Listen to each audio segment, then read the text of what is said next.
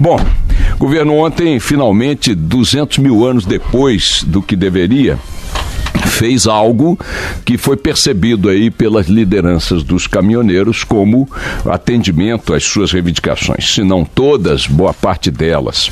O suficiente para que o movimento agora possa ser cobrado pela população, pela sociedade que lhe deu apoio, porque esse apoio foi indiscutível. Até o Roberto Carlos ontem, anteontem, no show dele, enfim, a imagem viralizou aí nas redes. Roberto Carlos, que eu não me lembro, em seus mais de 50 anos de carreira, de ter feito uma única manifestação de natureza política. Eu nunca ouvi, nunca vi, nunca li.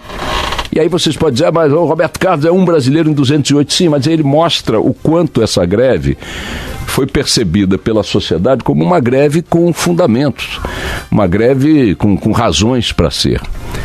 Até o Roberto Carlos apoiou a greve dos caminhoneiros, e é preciso agora que os caminhoneiros não venham com essa conversa fiada de que não tiveram tempo ainda de tomar conhecimento das coisas. O Diário Oficial foi rodado em edição extra para incluir as mudanças, as decisões do governo de ontem, anunciadas ontem, e com esta publicação atende-se à exigência feita aqui através da Band News FM e de vários outros veículos de imprensa pelas lideranças dos caminhoneiros, de que uma vez publicadas as decisões que atendessem às suas reivindicações no Diário Oficial, porque eles não aceitavam a palavra do governo, queriam ver o Diário Oficial impresso, ou pelo menos na edição eletrônica. Isto feito, é a vez dos caminhoneiros agora darem resposta a essa sociedade que os apoiou, desmobilizando da forma mais acelerada possível, ainda ao longo do dia de hoje, a paralisação. É preciso, em benefício do país, da sociedade e deles próprios, que eles voltem ao trabalho, voltem às suas atividades, sabendo-se que, voltando hoje ainda, haverá um período entre 5, 7, talvez até mais dias de transtornos e de sofrimento, repito, para esta população que apoiou os caminhoneiros, porque o sistema de distribuição, que entrou em colapso em função da greve, para ser normalizado, demanda algum tempo. Os caminhões têm que voltar aos pontos de abastecimento de mercadorias, às refinarias para pegar combustível, redistribuir. Num país deste tamanho, com uma malha rodoviária gigantesca como essa, evidentemente isso vai levar algum tempo, e a população não merece continuar sendo sacrificada diante, repito, do atendimento às reivindicações.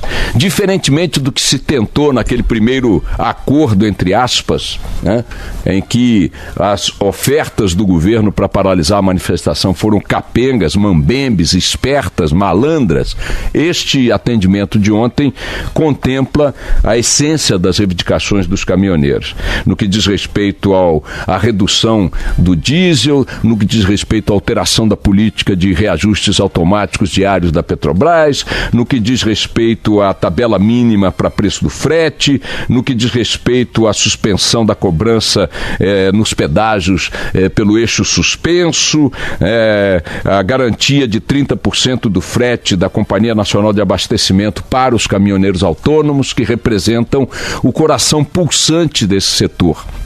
Houve uma tentativa do governo e de entendimento de boa parte até da mídia de carimbar na greve dos caminhoneiros a ideia de um movimento de patrões, um movimento de empresas de transportes. A palavra lockout, que não está muito familiarizada, as pessoas não estão muito familiarizadas com ela, chegou a quase tornar-se popular no discurso de que era esse o fenômeno que estávamos assistindo, ou seja, uma paralisação determinada, inspirada, conduzida e liderada pelas empresas transportadoras.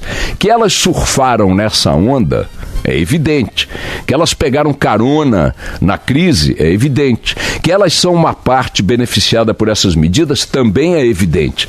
Mas querer reduzir o que aconteceu a uma manobra de patrões, de donos de frotas, me parece que foi um tiro na água, um tiro no pé do próprio governo e de quem embarcou nessa ideia.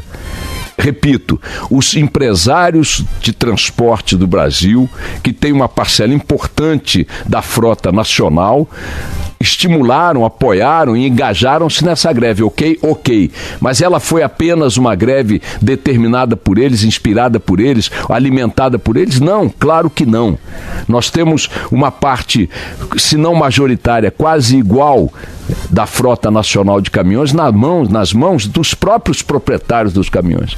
Gente que tem um caminhão, que comprou esse caminhão financiado pelo Finame, pelo BNDES, sei lá, pelo banco, que tem que correr atrás para pagar a prestação, que para o caminhão na garagem da própria casa ou na rua da casa onde mora, geralmente nas periferias.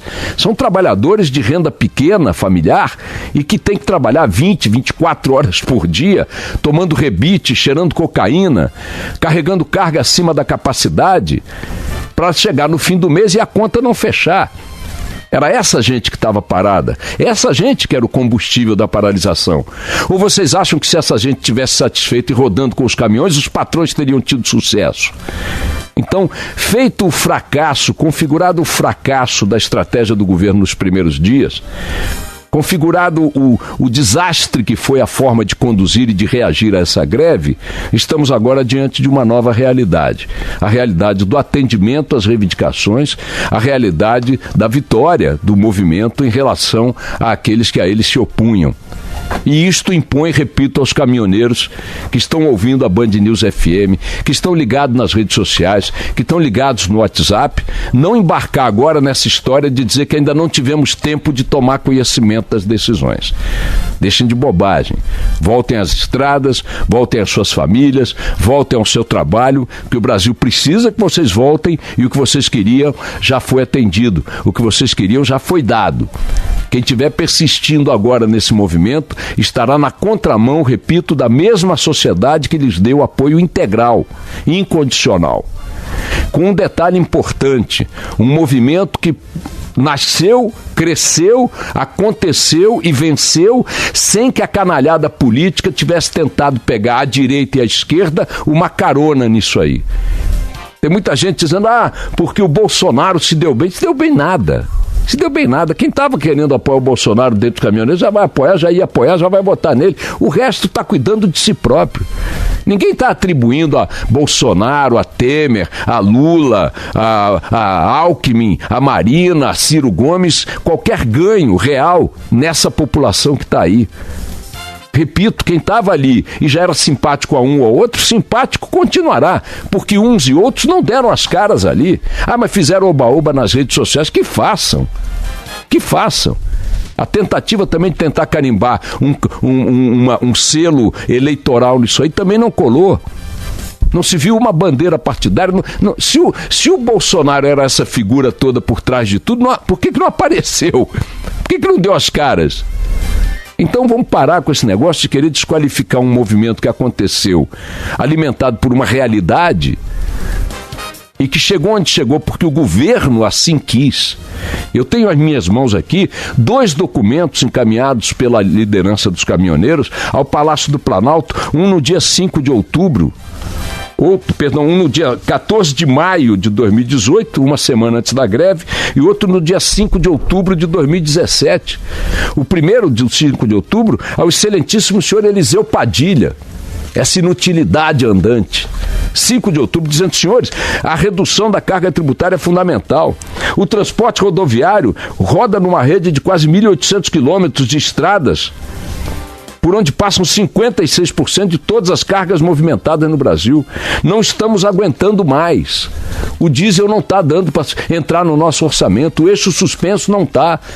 Nós não temos como continuar trabalhando. No documento do dia 14, eles subiram o tom e disseram ao presidente da República, a quem encaminharam a carta, por favor, atenda nossas reivindicações. Nós vamos ter que parar. Nós vamos ter que fazer uma greve nacional. Insistimos em afirmar que o transporte rodoviário é fundamental importância para o país. Torne isentas as cobranças tributárias em cima do diesel. Diante disso tudo, informamos, senhor presidente, que caso não tenhamos apoio deste governo federal, uma paralisação geral será inevitável no âmbito nacional. E aí sim mostraremos que nós, cidadãos, temos direito de escolha. O governo deixou que a coisa chegasse a isso. O governo se omitiu. O que fez o governo de 5 de abril para cá? O que fez o senhor Padilha? O que fez o senhor Temer? Se a greve custou o que está custando aos brasileiros agora, a culpa é do governo, que não se posicionou.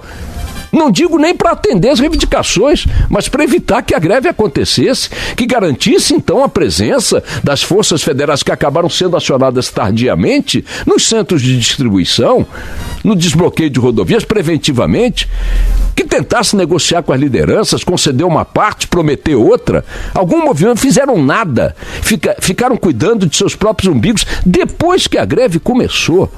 Com 2 dias de greve, o senhor Michel Temer teve o desplante de participar de uma solenidade na qual não se referiu. 2 dias depois não tinha dado uma palavra sobre a greve para lançar a candidatura de Henrique Meirelles. Como se a candidatura de Henrique Meirelles fosse alguma coisa que fosse abalar o cenário político, um cara que está com 1% da intenção de votos, lançado por outro que está com menos 0 de intenção de votos. Isso no 2º dia da greve.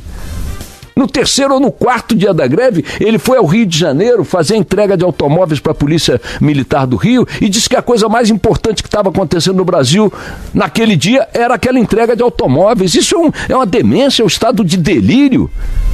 Então é evidente que tinha que dar no que deu. Mas, repito, a bola hoje está com os caminhoneiros. O apelo que nós temos que fazer a eles é ao bom senso, é a concórdia, é a conciliação, a volta ao trabalho. Que se tire dessa lição aquilo que ela puder permitir tirar. Que o país aprenda, que o governo aprenda, que os caminhoneiros aprendam, que todos nós tenhamos a percepção de o quanto é difícil tocar a vida num país onde simplesmente o governo não existe, onde as autoridades não existem, onde a classe política não existe. Porque a classe política que também não deu ressonância a essas reivindicações, nem o Senado, nem a Câmara, porque também para eles foram encaminhadas essas reivindicações, e estão pouco se lixando, estão preocupados em pegar aviãozinho na quinta e voltar na terça para Brasília, trabalhar 2 dias por semana, só discutem o que lhes interessa, só tratam do assunto do umbigo deles, só querem saber de eleição, só querem saber de emenda parlamentar. Tem 12 bilhões de reais em emendas parlamentares concedidas pelo governo, essa rapaziada. O presidente do Senado, no auge da greve, pegou um jatinho da FAB e foi para o Ceará tomar água de coco na praia. O presidente da Câmara inventou um projeto, uma lei baseada em valores que não existem. Então, esta é a classe política, esta é a classe governamental que nós temos. O que se impõe agora é que os caminhoneiros voltem a trabalhar, não usem qualquer artifício para protelar essa volta ao trabalho, façam a jornada que tiverem que fazer para restituir, restabelecer o abastecimento para o país. As pessoas não merecem ser punidas pela irresponsabilidade do governo nem dos políticos. Os caminhoneiros têm um compromisso com a nação que os apoiou. Voltem ao trabalho e que a gente assimile, aprenda com este episódio aquilo que ele politicamente nos ensina. Temos que caminhar com a democracia rumo às eleições, escolher aquele que acharmos que tivermos escolher, instituirmos em Brasília um governo com apoio e legitimidade do voto e torcer para que o país possa finalmente andar na sua estrada rumo a um dia a dia melhor do que esse, porque está duro, viu, minha gente? Está duro. Caminhoneiros, mais uma vez o apelo, voltem ao trabalho, voltem já, não deixem carimbar na testa de vocês o carimbo, o selo da irresponsabilidade, da insensibilidade. O país que os apoiou espera por sua volta ao trabalho. Vamos nessa.